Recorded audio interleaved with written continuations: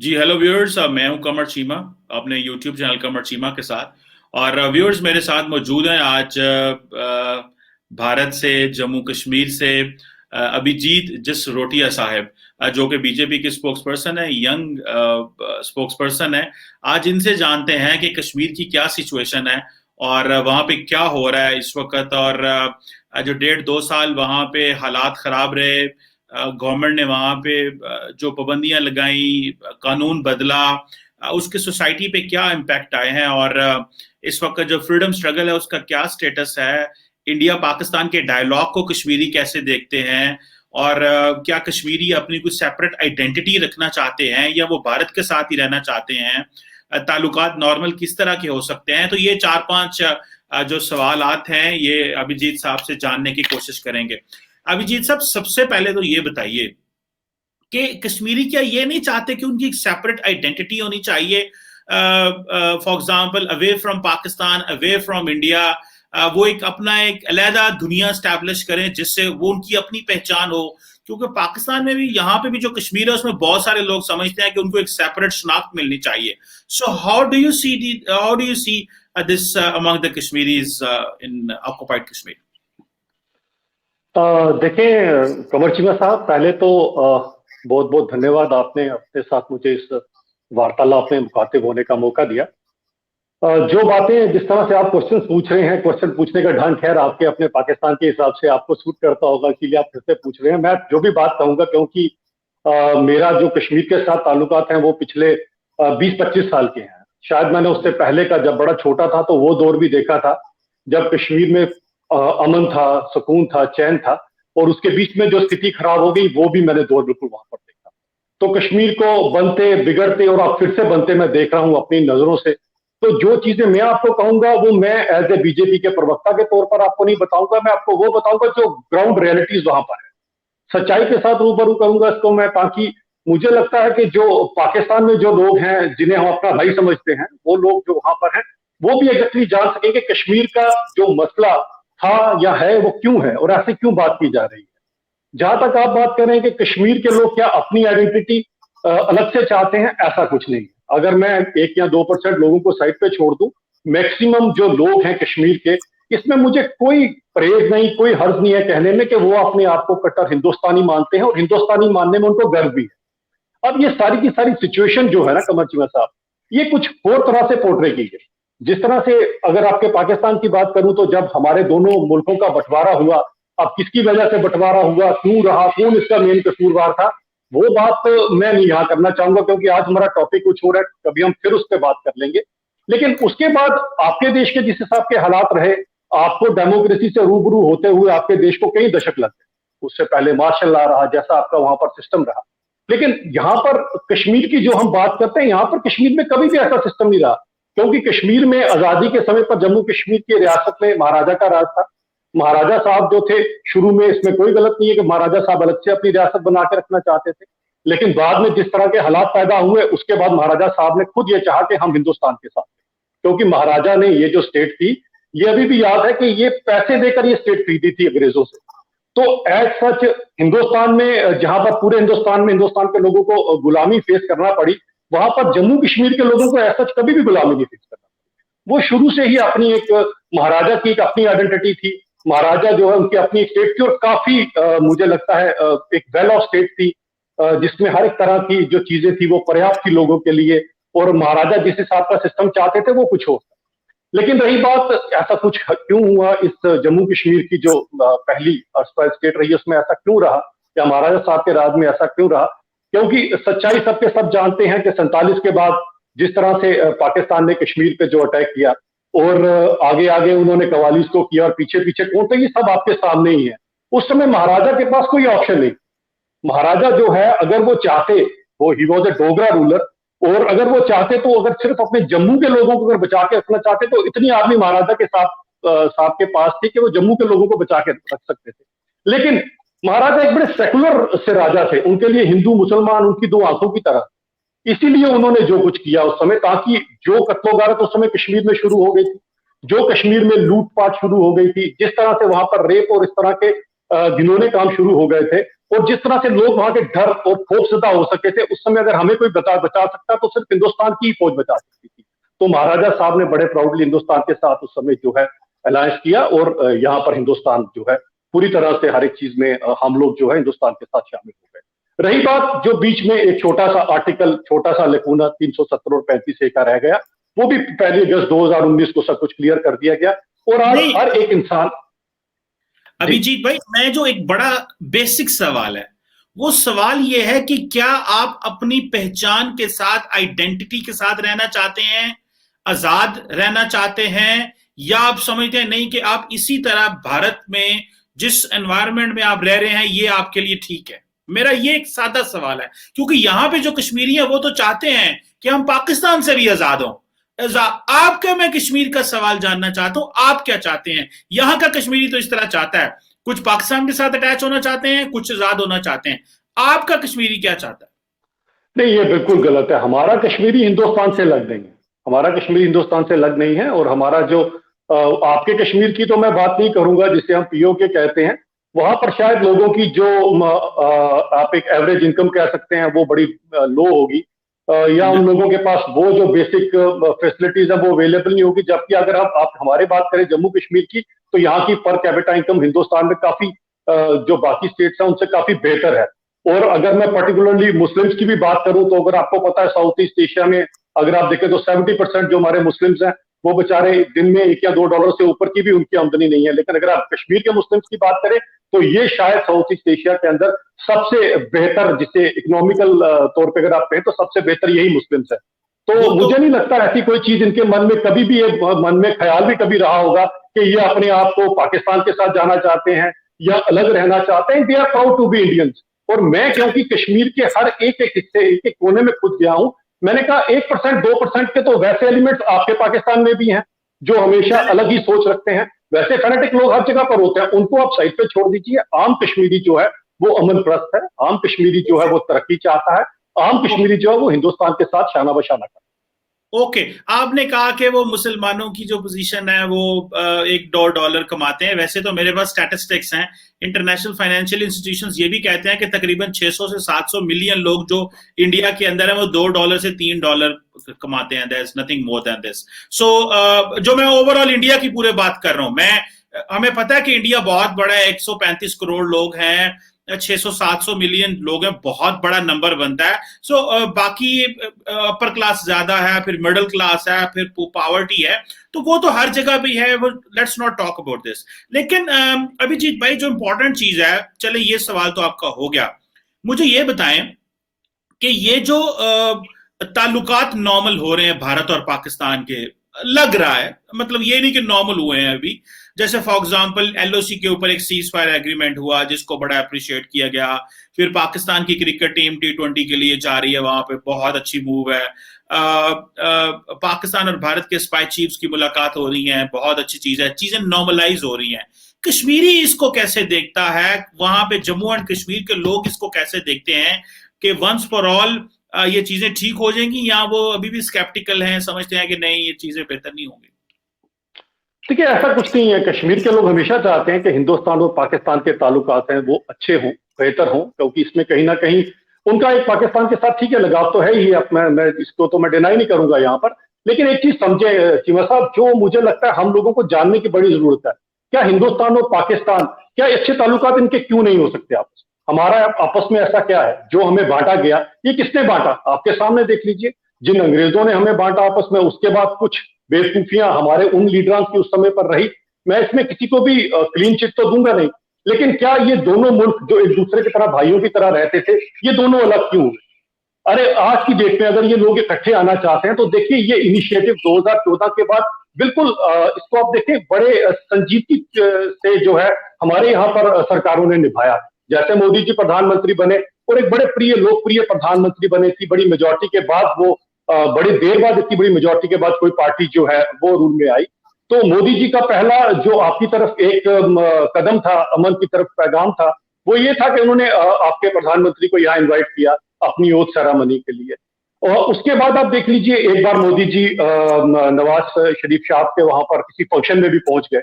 अब ये तो दोनों दोनों ही देशों की एक कोशिश रही एक दूसरे के साथ कि हम अपने ताल्लुकात अच्छे करें, लेकिन ये ताल्लुकात कौन नहीं चाहता अच्छे करें।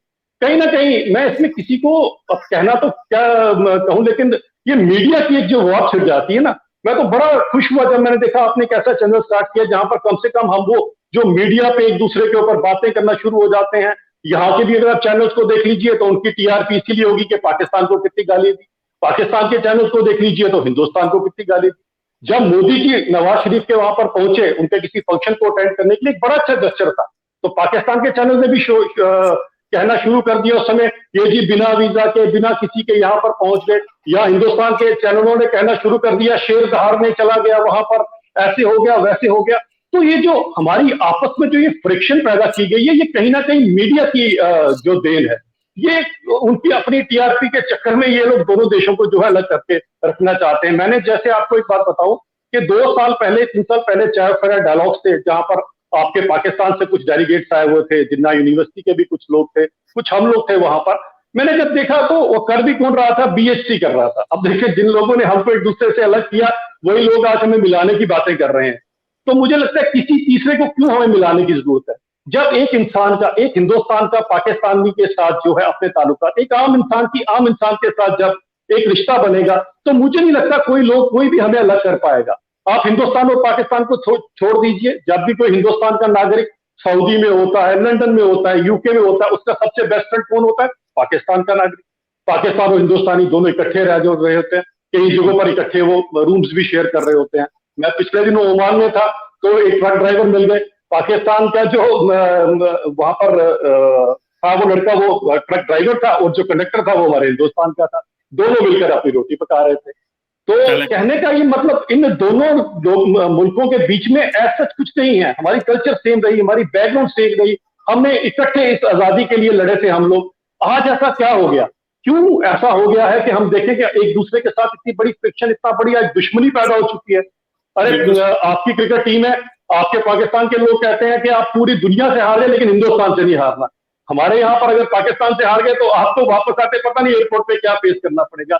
ये जो एनवायरनमेंट क्रिएट किया गया ना इतने दिनों से, उसको आज की डेट में कमर चीमा साहब इतना बढ़िया आपने ये काम शुरू किया, और मुझे लगता है ऐसी इंटरेक्शन आपस में होनी चाहिए, मैन टू मैन इंटरेक्शन, एक आम पाकिस्तानी और आम हिंदुस्तानी की इंटरेक्शन। हमारे पास बांटने के लिए एक दूसरे के साथ कुछ भी नहीं है, हमारी बाउंड्रीज आज की डेट में डिफाइंड है। चले जहां कहीं पे आपस में मनमुटाव हो गए वो बैठकर भी सॉल्व हो सकते हैं। मैंने एक बार कमर चीमा साहब एक डिबेट में बहुत बढ़िया बात कही थी आज से 3-4 साल पहले जी न्यूज पे, कि इतना बड़ा बॉर्डर है, गल्फ ऑफ कच्छ से शुरू हो जाए ऊपर कारगिल तक, अब देखिए कितनी फौज आपने लगा रखी है, कितनी फौज हमने लगा रखी है। आप कैलकुलेशन कर लीजिए, इनके एक्सपेंडिचर की कैलकुलेट कर लीजिए। अगर ये एक्सपेंडिचर आप अपने लोगों के ऊपर खर्चे, हम अपने लोगों के ऊपर खर्चे, तो जो आप अभी बात कर रहे थे पर कैपिटा इनकम, ये कहीं की कहीं पहुंच जाए। इसको जरूरत ना पड़े हमें इन बेवकूफियों के ऊपर खर्चने। बिल्कुल ठीक है। अच्छा चले, ये तो ऑब्वियसली जारी बात है, ये डीएस्केलेशन होनी चाहिए, डिफेंस पे इस तरह नहीं लगाना चाहिए। गो कि आपकी सरकार तो बहुत पैसा लगा रही है और हम उसमें अभी कम कर रहे हैं, लेकिन वो एक और मारूजी हालात है। आगे चलते हैं। अभी ये बताएं कि कश्मीर की क्या सिचुएशन है अभिजीत साहब, वहां पे क्या कम्युनिकेशन ब्लैकआउट है? वहां पे अगर यूरोपियन डिप्लोमेट्स आते हैं तो कर्फ्यू लगा के उनको लेके आना पड़ता है।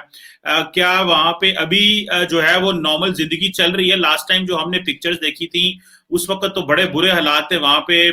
लोग जो है उनको वो नॉर्मल रोजगार लेने में भी तलाश में जो मुश्किल पैदा हो रही थी। रिसेंटली उन्होंने कहा जी कि 2G 3G जो इंटरनेट वहां पे पहुंच रहा है। So what is the status now? कोई उनकी जिंदगियों में बेहतरी आई है? क्योंकि इंटरनेशनल कम्युनिटी तो उनकी सुन नहीं रही। भारत जो है वो अपना जो मर्जी करता रहे, वहां पे एमनेस्टी इंटरनेशनल को भी बाहर भेज दिया। So how do you see this entire situation? Kashmiri कितने को इस चीज से अनॉयड है? ये बड़ा गलत सा एक नोशन आप लोगों ने बना रखा है। मुझे नहीं पता कौन सा चैनल आपको ऐसी खबरें देता है कि वहां पर ऐसी सिचुएशन होगी, या यूरोपियन डेलीगेशन के आने से वहां पर कौन से हालात खराब हो गए, ऐसा कुछ नहीं है। डीडीसी के इंतखाबात हुए जिसमें बड़ी भारी शिरकत की कश्मीर के लोगों ने भी, और अपने चुने हुए लोगों को आगे लेकर आए। वही चुने हुए लोगों ने आगे यूरोपियन डेलीगेशन के लोगों के साथ मुलाकात की है। एक दो पॉलिटिकल पार्टीज को छोड़ दीजिए, क्योंकि उन पॉलिटिकल पार्टीज की पूरी सियासत हिंदुस्तान और पाकिस्तान के झगड़े के ऊपर जो है वो कायम है। वो लोग जो अपने आप को वहां के पॉलिटिकल रहनुमा मानते हैं, उनको तो आम कश्मीरी कब से दरनिकार कर चुका है, जो कि पिछले डीडीसी के चुनावों में भी आपको पता चल चुका होगा। तो ये कहना कि वहां पर पता नहीं लोग कितने फ्रस्ट्रेटेड है, लोग बड़े अच्छे से रह रहे हो और आज की डेट में लोग बड़े सुकून से हैं।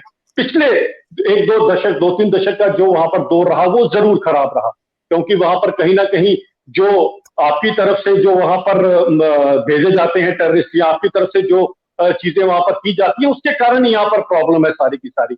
मैं आपको एक बात बताऊं कमर चीमा साहब, जब आप ऐसी बात करते हैं, आप एक चीज समझिए, आपको लगता है कि यहाँ पर पता नहीं कौन सी एक लड़ाई शुरू होगी, कुछ होगी, ऐसा कुछ भी नहीं है। कश्मीर के अंदर जो कुछ भी अगर आप देखते हैं, जो भी एंटी नेशनल एक्टिविटीज होती हैं, उसका अगर आप तार जोड़ेंगे तो आपके आप ही के मुल्क के साथ जुड़ेगा, और कहीं से नहीं जुड़ता है। ये आप भी भली भांति जानते हैं। यहाँ पर अगर एक बंदूक भी आई होती है, वो भी वहीं से आई होती है सारी की सारी। अब रही बात, ये कौन से लोग हैं, कौन से हैं जो इन ऐसे बंदूकों को उठाकर या ऐसी सो कॉल्ड जिहाद की बात करते हैं, या सो कॉल्ड जो वो सेपरेटिज्म की बात करते हैं। ये सब के सब वो छोटे छोटे बच्चे हैं, टीनेजर्स हैं। अब ये 15-14 साल का, पिछले अभी थोड़े दिन पहले ही एक एनकाउंटर हुआ जिसमें किसी का बच्चा उठाकर, तो 15-16 साल के जो टेररिस्ट लड़के थे वो उठाकर अपने साथ ले गए। फिर उस बेचारे के पूरे उसके माँ बाप को लाया गया। माँ बाप ने आकर उस एनकाउंटर के अंदर उनको कहा कि यार तुम वापस आ जाओ, हमारा तुम एक ही एक बच्चा यहाँ से जबरदस्ती ले गए, इसकी 3 बहनें हैं, इसके अब्बा जो है वो बीमार है, हम कैसे जिएंगे, क्यों ऐसा कर रहे हो। अब जब मैं ऐसे लोगों की बात करता हूँ, ये बच्चे कौन से हैं, ये वही बच्चे हैं जैसे आप देख लीजिए पूरी दुनिया में पबजी खेलकर तो पबजी के पीछे जान देने को चल पड़ते हैं। ऐसे ही चंद वो लोग हैं जो इस कारण बरगलाए जाते हैं, लेकिन बरगलाने में आपका मुल्क कोई भी पीछे कसर नहीं छोड़ता। तो ये हम समझ सकते हैं, कहीं ना कहीं अगर आप इनको बरगलाना बंद करेंगे तो वो जो थोड़े से बच्चे हैं वो भी ठीक हो जाए। अभिजीत भाई, 6-7 लाख फौज बैठी हुई है, आप क्या समझ रहे हैं कश्मीरी वहां पबजी खेल के, तो वो पबजी तो अगले दिन आई है। जब से आपने भारत ने कश्मीर के ऊपर कब्जा किया है, तब तो आईटी नाम की दुनिया में चीज ही नहीं होती थी। और मुझे ये बताएं कि वो लोग जो पिछले इतने सालों से इंडियन सरकार के साथ लड़ रहे हैं, अपने हकूक मांग रहे हैं, अभी तो आपने वहां पे मैसिव जुल्म सितम हुआ है। अब क्या समझते हैं, ये पबजी के इंस्पायर्ड लोग हैं, ये कोई ऑनलाइन गेमें खेलते रहे हैं, ये जो 7 दिहाइयों की जो स्ट्रगल है, ये पबजी के बराबर की है। देखिए, आज का बच्चा अगर पबजी खेल रहा है तो इसका मतलब ये, मुझे ये बताएं, कश्मीर में आपको इतने एक्स्ट्रा मेजर्स लेने पड़ रहे हैं, अगर इतनी नॉर्मल कंडीशन हो, मीडिया वहां पे नहीं है, आजाद राहुल गांधी वहां, मुझे बताएं ना, जब से ये आपके ये जो कानून साजी की हुई है 370-35A की, क्या कोई ऑपोजिशन लीडर कश्मीर में, किसी को आने नहीं, घुसने नहीं देते आप लोग इंटरनेशनल प्रेस को नहीं आने देते। आप जब जो फॉरेन डिप्लोमेट्स आते हैं उनको कर्फ्यू लगा के तो सड़कों के ऊपर लेके आते हैं। अगर इतने ही नॉर्मल हालात हैं तो उनको मिलने देना चाहिए, लोगों को बाहर आना चाहिए। अब ये फ्रीडम स्ट्रगल पबजी से इंस्पायर्ड तो नहीं है ना अभिजीत भाई, इतना आसान तो ना लेकर। अरे कमर चीमा साहब, मुझे बताएं कि आप बोलते हैं ये जिसको आप सो कॉल्ड जो भी आप फ्रीडम स्ट्रगल का नाम देते हैं, मुझे बताएं 89 से पहले यहाँ क्यों सारे के सारे हालात ठीक थे, ये बता दीजिए मुझे। उससे पहले का किसी को ये अचानक 89 और 87 के बाद अचानक से ही रातों रात इनको कोई ख्वाब आ गया कि हमें अब ऐसा करना और वैसा करना। अरे ये हालात क्यों खराब हुए, कहां से खराब हुए, इसको कम से कम आप तो माने कि कहां से खराब हुए। अगर ऐसे हालात होते तो 47 के बाद ही खराब रहते ना यहाँ पर, फिर क्यों हालात खराब हो गए। यहाँ पर इंतखाबात होते रहे, यहाँ पर हर एक चीज पॉपुलर गवर्नमेंट बनती रही, यहाँ पर ऐसा कुछ भी नहीं था। ये जो टोटल जो रेडिकलाइजेशन यहाँ पर शुरू की है, अगर हमारी देश की बात करें तो आपके देश में भी ऐसा ही हाल हुआ है। क्या आपको नहीं पता आपके यहाँ पर कितने कैसे बेचारे छोटे छोटे बच्चे स्कूल के मार दिए गए, वो कौन थे वहां पर। तो क्या वो आप उनको कहेंगे कि वो भी कोई अपनी इंटरनल वॉर शूट करके बैठे हुए हैं। अरे ऐसा कुछ नहीं है। मैं तभी कहता हूं कि हमारे को थोड़ा संजीदगी से इस चीज के ऊपर सोचना पड़ेगा कि ऐसी चीज क्यों की जा रही है, ये किनका, इसके अंदर किन लोगों का जो है वो फायदा है। इसके अंदर फायदा कमर चीमा साहब उन लोगों का है जो आपको भी हथियार बेचते हैं और हमें भी हथियार बेचते हैं। ये चीजें वहां से है। अब कहीं ना कहीं जो अगर आप अपने यहीं पर ही बेस बनाकर बैठ जाएंगे, सबसे पहले इस चीज का आपके मुल्क पर क्या असर पड़ रहा है ये देखिए। आज अगर आप चाहें, आप खुद ब खुद, अभी आपने थोड़े दिन पहले एक पार्टी वहां पर बैन कर दी, तो क्यों बैन कर दी, इसी रेडिकलाइजेशन की वजह से बैन कर दी कि नहीं, जिसके कारण आज आपके वहां पर इतने बुरे हालात हो रहे हैं। ऐसे ही यहाँ पर कुछ रेडिकलाइज ऐसे कुछ एलिमेंट्स हैं जो ये, और उनको पालने के लिए, पोसने के लिए आपके लोग पार बैठे हुए हैं जो उनको पूरी तरह से फीडिंग करते हैं। अब आग में अगर आप घी का काम करोगे तो हमारे को उस आग को, उस घी को बचाने के लिए फौज लगाना ही पड़ेगी ताकि वो घी पार से ना। तो आग तो हम खुद ब खुद बजा लेंगे, लेकिन हमारे को उस घी जो आपकी तरफ से आ रहा है उसको रोकना है। इसीलिए यहाँ पर फौज बैठी है और अब फौज काफी कम हो गई है पहले से।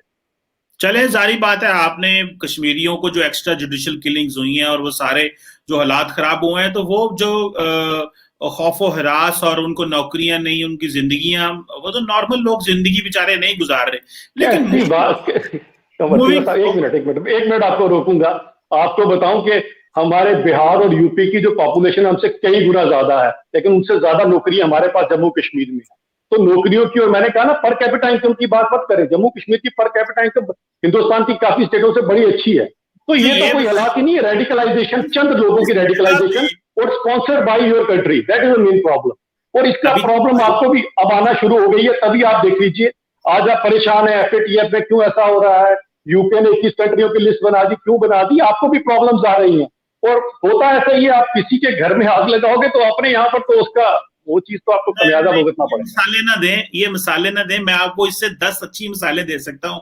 आपने श्रीलंका में आग लगाई, बांग्लादेश में आग लगाई, ये ना बातें आजकल अफगानिस्तान में लगा रहे हैं। नहीं, मैं आपको एक चीज, मैं कमर चीमा उस साहब, आज हम टीवी की डिबेट ना कर आप ही का चैनल है, सब आप ही का है, आप बड़े आराम से बोल सकते हैं। मैं आपको एक आपने बात बताता हूँ। हिंदुस्तान में जब आप हमारे सबसे पहले, आजादी से पहले, आप पूरा हमारा इतिहास पिछले 500, 700, 1000, 2000 साल का निकाल लीजिए, आज तक कभी हिंदुस्तान ने कभी किसी मुल्क पर हमला नहीं किया। हमारे लोग यहाँ से कभी पार नहीं गए किसी की प्रॉपर्टी के ऊपर नजर। यहाँ पर बाबर और कई लोग आके हमारे देश को लूटने के लिए यहाँ पर आए, हमारे लोगों ने आज तक नहीं किया। नेपाल, श्रीलंका, जितने कंट्रीज है हमारे पास, हमारे साथ बड़े फ्रेंडली में वे में रहते हैं हमारे साथ। बांग्लादेश ही देख लीजिए, आज पाकिस्तान से ज्यादा तो बांग्लादेश ने तरक्की कर ली है। क्यों कर ली? हमारे साथ फ्रेंडली है, इसलिए की है तरक्की। आप भी हमारे साथ अगर फ्रेंडली रिलेशन रखेंगे तो आपके देश की तरक्की होगी। चले, क्योंकि आप ऐसे अगर, करें, वो जो आपके मुल्क में जो 700 मिलियन लोग जो $2 पे रह रहे हैं, उनके साथ भी फ्रेंडली रहे। हमें पता है आप बहुत नहीं, तरक्की हमारे कर पास रहे हैं। $2 वाले, हमने आपको बात की पूरे साउथ ईस्ट एशिया की बात की थी मैंने उसके अंदर, और हमारे कश्मीर के, क्योंकि आपको कहीं ना कहीं लगता है कि कश्मीर में मुस्लिम्स हैं, तो पता नहीं इनके साथ क्या हो रहा है और हमें इनके साथ क्या करना चाहिए। कमर चीमा साहब, सबसे पहले तो फिर चाइना के जो उइगर मुस्लिम हैं, उनके साथ आप जरा सहानुभूति पेश करें, और सी पैक का इकोनॉमिक डोर कल ही बंद करें आप। चाइना के साथ आपको ये दुश्मनी निभानी चाहिए, हमारे साथ नहीं। हमारे यहाँ के मुसलमान, हिंदुस्तान के मुसलमान पाकिस्तान के मुसलमानों से ज्यादा खुश है। जी ठीक है, मैं मानता हूँ जी, बहुत जबरदस्त, क्या बात है, जबरदस्त, बहुत अच्छे मुसलमान हैं, क्या मौजें हो रही हैं वहां पे। उनको तो कोई लिंचिंग का सामना नहीं करना पड़ता, कोई लव जिहाद का सामना नहीं करना पड़ता। उनके तो सचर कमीशन में भी उनको जो उनके बारे में कहा गया, उनको कोई बंदा पूछता नहीं है। मैं उन चीजों में नहीं जाना चाहता। मैं एक आखिरी सवाल अभिजीत भाई आपसे करना चाहता हूँ। हालात बेहतर की तरफ जा रहे हैं, अगर आप जारी बात है इस तरह की बात करेंगे, मैं ये कहता हूँ हालात बेहतरी की तरफ जा रहे हैं, तो क्या अभी मौका आ गया है कि जो कश्मीरी लीडरशिप है उसको पाकिस्तान से मिलने की इजाजत दी जाए, और वो पाकिस्तान से मिलें, हमारे जो वहां पे चार्ज डे अफेयर है उनसे मिलें, हमारी लीडरशिप से मिलें, ताकि हम चीजों को बेहतर कर सकें। सो आप कब अलाउ करेंगे कि जो इंडियन ऑक्युपाइड कश्मीर के जो कश्मीरी हैं, जो हमारे साथ राब्ते में आए हैं, हमारे वहां पे डिप्लोमेट से मिलें, हमारे यहाँ से पॉलिटिकल लीडरशिप से मिलें, ताकि हम चीजों को बेहतर करें? क्या इसकी कोई पॉसिबिलिटी अभिजीत साहब आप देख रहे हैं? देखें, ऐसा है कमर चीमा साहब, सबसे पहली बात यह है कि ये हिंदुस्तान जो है ना, ये एक बहुत बड़ा मुल्क है। 5 अगस्त 2019 के बाद जो पाकिस्तान के मन में डाउट्स थे वो भी क्लियर हो गए। आज मुझे नहीं लगता कि आपके मुल्क के साथ क्यों, मतलब किस लिए आपके मुल्क के लोगों के साथ मिलना है, आपका क्या लेना देना है यहाँ पर, मुझे बताएं। ये लोग बेचारे बड़े अमन और सुकून के साथ रह रहे थे और रहना चाहते हैं। कहीं ना कहीं आप बोले आपके साथ क्यों बात करें, कि आप ओवर टेररिस्ट वहां से भेज दीजिए, इसीलिए आपके साथ बात करें। किस लिए बात करें बताए ना, आपका मुझे तो समझ नहीं आती है। तो बड़ा बेतुका का सवाल है कि आपके साथ मिलने दिया जाए। मतलब आप कौन, मैं कौन जी, पंजाबी कहते हैं मैं कौन जी, खाम खा तुसी ते खाम खा दी गल करते, मैंने समझ नहीं आता कि पाकिस्तान का की लेना देना देना। दरअसल आप थोड़ा सा हिस्ट्री से वाकिफ नहीं है, मैं आपको हिस्ट्री से वाकिफ करा देता हूँ। रिसेंटली लास्ट टाइम जब पाकिस्तान की जो हमारे एम्बेसडर थे वहां पे, हाई कमिश्नर थे अब्दुल बासित साहब, इंडियन सरकार ने उनको रोक दिया था कि वो कश्मीरियों को नहीं मिल सकते, और कश्मीरियों को रोक दिया था आप उनसे नहीं मिल सकते। और जब भी पाकिस्तानी जो लीडरशिप है वो इंडिया जाती है, वो कश्मीरियों से मिलती है। ये इसको ना भूलिएगा। सो मैं उस कॉन्टेक्स्ट में बात कर रहा हूं, क्योंकि आप अगर हिस्ट्री से वाकिफ नहीं है, मैं आपको ये बता दूं कि हमेशा कश्मीरी जो है वो पाकिस्तान की लीडरशिप से मिलते रहे हैं, ताकि वो कंसर्न्स हमें बता सकें और फिर हम उनको भारतीय सरकार के सामने रख सकें। सो एक इंतहाई, क्योंकि अब सिचुएशन बेहतर हो रही है, चीजें नॉर्मलाइज हो रही हैं अभिजीत भाई, तो इस सेंस में इसको ये समझिए कि अभी हमें अगर आगे की तरफ जाना है तो हमें कश्मीरियों को थोड़ी फ्रीडम देनी होगी। हम ये नहीं कहते कि जो है वो आप कश्मीर जो है वो सारे ही हमें मिल जाए। हालात बड़े बेहतर मुख्तलिफ किस्म के होने हैं, मुझे पता है कोई गुडी गुडी चीजें ना पाकिस्तान के लिए होनी है ना आपके लिए होनी है, जो आप कह रहे हैं वो भी नहीं होना, जो हम कह रहे हैं वो भी नहीं होना, लेकिन फिर भी मैं इस माजी के एंगल से कह रहा हूं ताकि एक अच्छे तरीके से बात का माहौल चल सके। ये बात है, इसको अगर आप मुनासिब समझते हैं तो। देखिए कंवर सिंह साहब, पहली बात यह कि हिस्ट्री तो आप भी बड़े अच्छे ढंग से जानते हैं। आप बताएं ना, पाकिस्तान की कश्मीर को लेकर इंटेंशन कब ठीक थी? क्या 47 के बाद ठीक थी? क्या कवालीद आए तब ठीक थी? बताएं कब ठीक रही? अगर आज की डेट में आप जो भी कश्मीर के अंदर कत्लो-गारत होती है, जो ब्लास्ट होता है, उसका लिंक आपके देश के साथ जोड़ता है, तो इसके अंदर आप कैसी बात करेंगे? मुझे तो कुछ समझ नहीं आता किस हिस्ट्री की बात करें आप। हिस्ट्री पाकिस्तान के पॉइंट ऑफ व्यू से ना देखें, हिस्ट्री जो एग्जैक्ट है उस पॉइंट ऑफ व्यू से देखने की कोशिश करें। यहाँ के अगर कश्मीरी को आज की डेट में दिक्कत है, वो इस कारण दिक्कत है कि कहीं ना कहीं ये जो हथियार आते हैं, सब चीजें आती हैं, वहां से आती है। मैंने कहा ना, रेडिकलाइजेशन सबसे बड़ी प्रॉब्लम है, आपके देश के लिए भी है। आप अगर अब नींद से नहीं जागना चाहते हैं तो हम उसमें कुछ नहीं कर सकते। हमारा देश जो है बखूबी हर एक चीज से निपट रहा है। मैं ये यहाँ पर एक और बात आपको बड़ी अच्छी बता देता हूं मैं, कमर चीमा साहब, मेरी आज का डिबेट आपसे करने का यही था कि हम किस तरह से दोनों देश के हालातों को बेहतर बनाने की बात करें। देखिए, फिर से आप कटाक्ष करेंगे, कोई बात कहेंगे, जो बात मैं यहाँ पर कश्मीर के अंदर हूं, मैंने कश्मीर की एक एक गली, एक एक जगह पर मैंने जो खुद ब खुद लोगों के साथ था, मैंने कहा ना, मैंने कश्मीर का वो फेज भी देखा है जब यहाँ पर सब कुछ अच्छा था, और मैंने बीच का भी ये फेज देखा है। वो जो रेडिकलाइजेशन है वो आपके देश के अंदर भी हुई है, ये आप चीज को समझें। उसका प्रॉब्लम आज आपको भी है, जो हमें भी यहां पर हुई, लेकिन हमने उस चीज को जो है वो सॉल्व कर दी गया। अगर किसी सही टेंशन के साथ कोई आए तो जरूर मिले। मैं तो कहता हूं हर एक को मिलना चाहिए। मैं तो कहता हूं ट्रेड खुलना चाहिए हर एक दोनों देशों के बीच में। आपको क्या दिक्कत है अगर आप हमारे साथ ट्रेड करें? हमें क्या दिक्कत है अगर हम आपके साथ ट्रेड करें? तो तीसरा क्यों करें यहाँ पर मुल्क? इतना बड़ा एक मुल्क है, और आपकी तरफ अगर एक दोस्ती का हाथ जो है वो बढ़ाना चाहता है, क्यों नहीं, उसको क्यों कबूल नहीं करना चाहिए? क्योंकि एक बड़ी अच्छी बात है वाजपेयी साहब की, आप अपना दोस्त बदल सकते हैं, हमसाया थोड़ी ना बदल सकते हैं। ये सबसे बड़ी जो इसकी पहल थी वो वाजपेयी साहब ने की, लेकिन वाजपेयी साहब को उसके बदले में क्या मिला? कारगिल मिला। तो आपको ये चीज समझना पड़ेगी, ये ना आपके इख्तियार में ना मेरे इख्तियार में। यहाँ पर कुछ ऐसे लोग हैं जिनकी सियासी रोटी जो है वो सिर्फ हिंदुस्तान और पाकिस्तान की लड़ाई के ऊपर ही चलती है। ऐसे लोग ना कभी आपके देश को सही रहने देंगे, ना यहाँ पर सही रहने देंगे। हम कभी, मैं चाहता हूं पर्सन टू पर्सन डायलॉग, एक आम हिंदुस्तानी का एक आम पाकिस्तानी के साथ डायलॉग। हमारे यहाँ पर आरएसपुरा का बॉर्डर है, खोलिए, यहाँ पर लोग मिले आपस में एक दूसरे के साथ, ताकि पहचाने वादा बॉर्डर आए, मिले एक दूसरे के साथ, आए बात करें। अरे आप भी उसी प्रॉब्लम से निकल रहे हैं जिससे हम निकल रहे हैं। आपके यहाँ भी बेरोजगारी है, हमारे यहाँ आपसे कम होगी, लेकिन बेरोजगारी हमारे पास भी है। आज अगर आपको बेहतर मेडिसिन चाहिए, आपने 1 अगस्त 2019 के बाद एकदम से यहाँ सैंक्शन लगाई और दूसरे दिन आपने सैंक्शन खोल दी, क्योंकि पता है आपको कहीं ना कहीं हमारी एक इंटरडिपेंडेंसी है एक दूसरे के ऊपर। तो मुझे लगता है अच्छे वातावरण के अंदर हम लोगों को, ना आप अपने मुल्क के उस रेडिकल एलिमेंट को प्लीज करने के लिए बात करें, ना मैं अपने यहाँ के लोगों को प्लीज करने के लिए बात करें। जब आप दोस्ती की बात करेंगे एक दूसरे के साथ कमर चीमा साहब, तो बड़ी चीजें भूलना पड़ेंगी। अगर इतने ही हमारी, आप कहते हैं आपके लोगों को क्यों नहीं मिलने देती है पाकिस्तान एम्बेसी वालों के, एम्बेसडर के साथ, लोगों के साथ, अरे आज तक इन लोगों ने मिलकर किया क्या मुझे बताएं। और जिन लोगों को वहां से आप बुलाने के लिए बात करते हो, वही लोग तो हैं जिन्होंने सबसे बड़ा बेड़ा गर्क करके रखा कश्मीर का। वही तो लोग हैं जो इंटरनेशनल प्लेटफॉर्म पे गलत गलत चीजें जो हैं वो पूरी दुनिया को दिखाते हैं। असलियत कुछ हो रहा है। असलियत आप मुझसे पूछे असलियत क्या है, मैं आपको एक एक वाक्य की असलियत बता सकता हूँ। ये बड़ा गलत सा एक जो नोशन है दोनों देश के बीच में, यही चीज तो नेशनल चैनल्स पर होती है। हमारे यहाँ पर चैनल्स देख लीजिए, तो वो तो उनका सुबह शुरू होते हैं पाकिस्तान के दिखाने, आपकी 1 टैंक हमारी 10 टैंक है, आप कितनी फौज हमारी कितनी फौज, उनकी टीआरपी इसी पे चलती है। अभिजीत भाई, मेरा चैनल तो टीआरपी पे नहीं चल रहा। मैं तो अभी मैंने कहा ना, ये एक अच्छा इनिशिएटिव है आपका। मैं तो पीपल टू पीपल कांटेक्ट की बात करता हूं और मैंने उस पर बड़ी काम भी किया है, लेकिन डेफिनेटली आपको कुछ सवाल होते हैं जो पूछने पड़ते हैं, और बहुत सारे व्यूअर्स उस तरह के सवाल जो हैं वो रखते हैं हमारे सामने। तो उन चीजों को रखना होता है, बात करनी होती है। मेरे से ज्यादा कौन बात करेगा इंडिया के साथ डायलॉग की? मैंने तो सबसे ज्यादा डायलॉग की बात की है। तो और मेरी वीडियोस पड़ी हुई हैं। वैसे भी अगले दिन मैं एक थिंक टैंक पे बात कर रहा था और मैं अपनी गवर्नमेंट को क्रिटिसाइज कर रहा होता हूँ कि हमें चीजों को ठीक तरह बेहतर करना है, so that at the end of the day चीजें बेहतर होनी चाहिए। और लेकिन सवाल तो करने चाहिए, सवाल होने चाहिए, क्योंकि बहुत सारी ऐसी चीजें हैं जो सवाल करने से ही पता चलती हैं। और जो हम चीजें देखते हैं, मीडिया रिपोर्ट करता है, अभी तो खैर प्रेस पे पाबंदी है वहां पे, लेकिन आहिस्ता आहिस्ता आई थिंक चीजें बेहतर होंगी आइंदा। ये भी आप ये हेलो, ये भी एक ठीक है ठीक है ठीक है, ये भी एक गलत है जो क्वेश्चन कैरी करते चले हैं हमारे ठीक है, मीडिया पे कोई बात नहीं, ऐसी कोई बात नहीं। आपका एक अभिजीत भाई आपका एक पर्सपेक्टिव है, मुझे आपकी आवाज आ रही है, आ रही है आवाज। सो यहाँ पे इस डिस्कशन को खत्म करते हैं, और हमने बहुत सारे सवालात अभिजीत भाई के सामने रखे जिसको उन्होंने बड़े अच्छे से उन्होंने जवाब दिया। अभिजीत भाई आपकी आवाज मुझे आ रही है, आई कैन लिसन यू, शायद आप मुझे नहीं सुन पा रहे। जी हेलो, आवाज आ रही है आपको मेरी?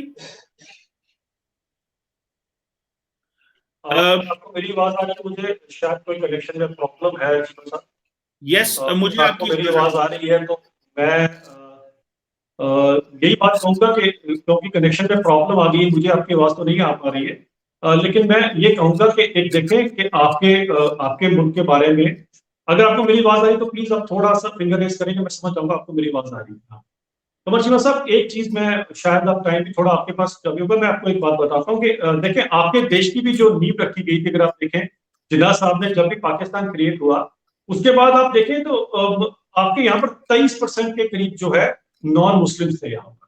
तभी आपके अगर आप देखें पहला लॉ और लेबर मिनिस्टर कौन था आपको याद होगा ना, तो मंडल साहब थे। तो आज आपके वहां पर कुल 3% लोग रह गए हैं। प्रॉब्लम आपके उस साइड है, हमारे यहाँ पर तो जो मुस्लिम्स हैं वो काफी फल फूल रहे हैं और काफी अच्छे से अपने हर एक काम के अंदर जो है वो शिरकत करते हैं। मेरी रिक्वेस्ट ये है पाकिस्तान के लोगों के साथ कि कमर चीमा साहब ने बड़ा अच्छा इनिशिएटिव किया है, बड़ी अच्छी तरह से हर एक बात को रखते हैं। हम ये सब पुरानी बातों को भूलकर, इन सब चीजों को भूलकर हम एक दोनों मुल्क जो है वो एक अच्छी तरह से एक दूसरे के साथ मिले और एक दूसरे के ऊपर जो हमारी इंटरडिपेंडेंसी है उसको बढ़ाएं ताकि हम तरक्की कर सके दोनों मुल्क।